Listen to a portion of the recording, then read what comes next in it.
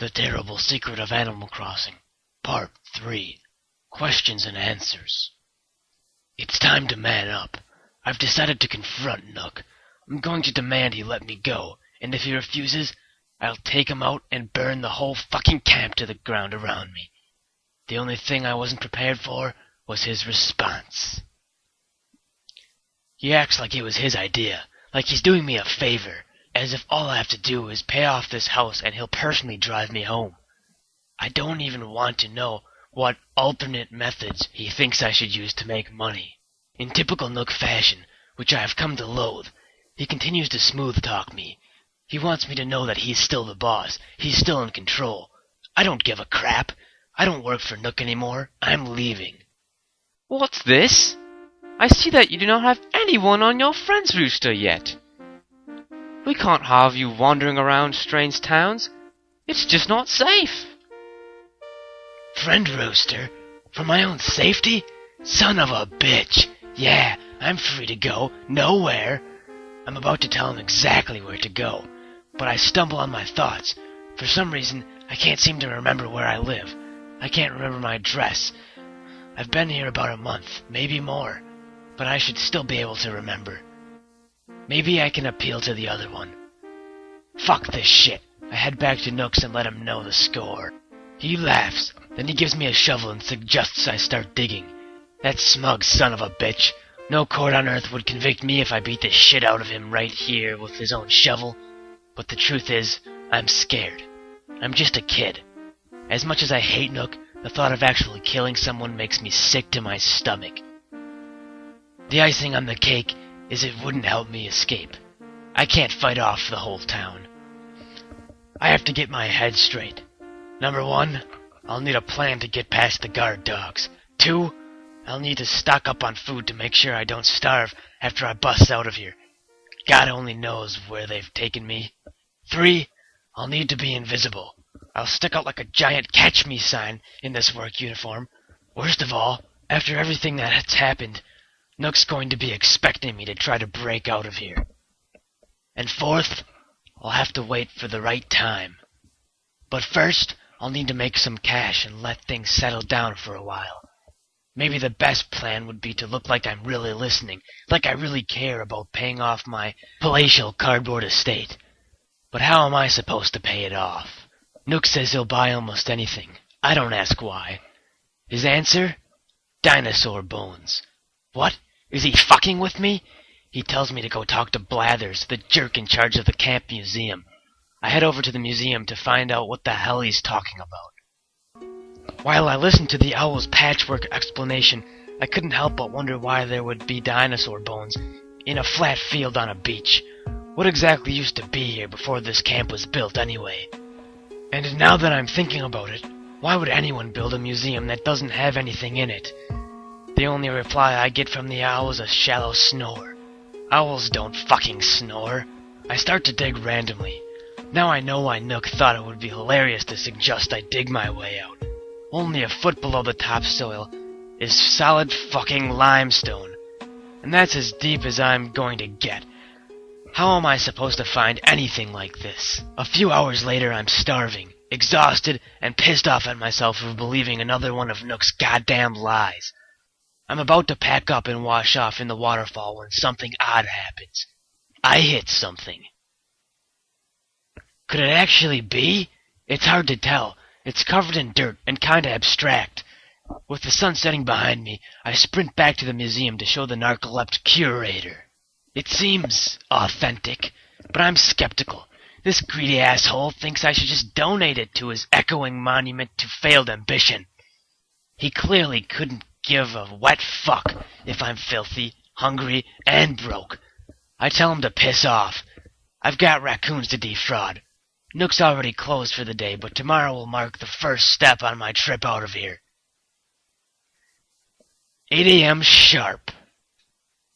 I make a beeline for Nook's. I'm actually a little surprised when Nook agrees to pay me for my fossil, but my surprise turns to anger when I find out he's going to pay me in bells, his own imaginary bullshit currency. It's not real money. It's just a leaf that's been hole-punched. It's infuriating to think of how he continues to fuck with me at every opportunity. An upturned smirk on his smarky face all the while. But I try to play it cool.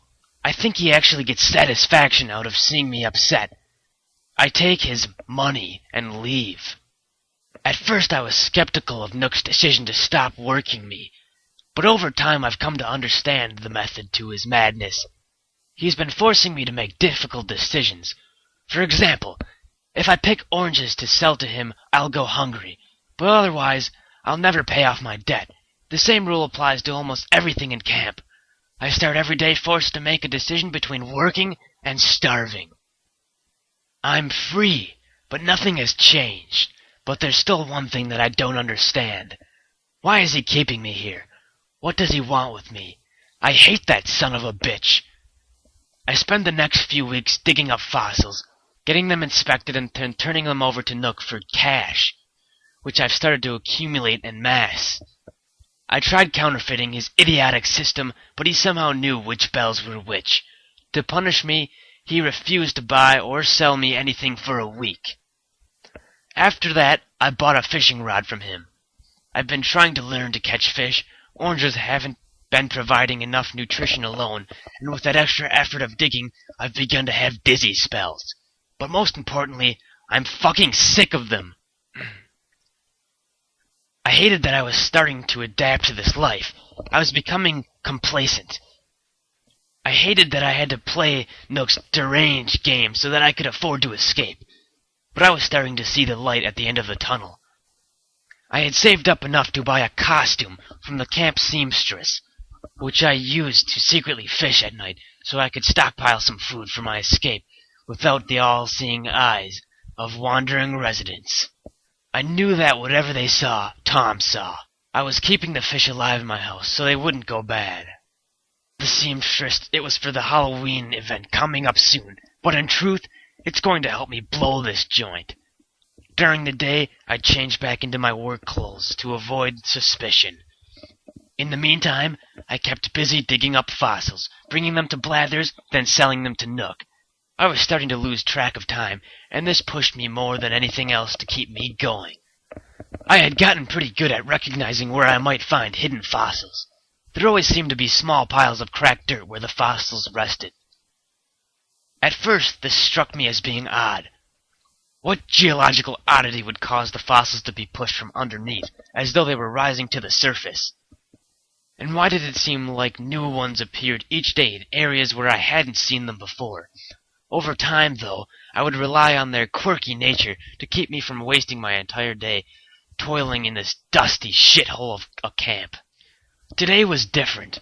I was doing my rounds when a disturbed patch of dirt caught my eye, a more obvious crack than I was used to seeing. As I pitched my shovel into the earth, I was suddenly jolted by a screaming chill that shot through my arm like a lightning bolt. I dropped the shovel as it slowly faded off as I stared at the patch of dirt in shock like I had just seen an arm shoot out of it, crawling for brains. There was a long period of silence. Nothing happened. I resumed digging and soon hit something lurking just beneath the topsoil. It was a crude statue, like some kind of ancient graven image, and I caught myself muttering out loud, "What the fuck is this thing?" When it snapped open its rusty, heavy eyes and stared into my soul, a metallic word pushed itself into my head, where it echoed like a tin can kicked against the wall of an abandoned warehouse. Gyroid. An unexplainable emotion tore through my battered brain like an unholy mixture of unbridled terror and instability curiosity. It was the kind of feeling that made idiots in horror movies open the backlit door, even though they knew a maniac is waiting on the other side to chop them into tiny pieces. I had to find more of these. I had to understand what they were. I wouldn't be showing this one to the owl.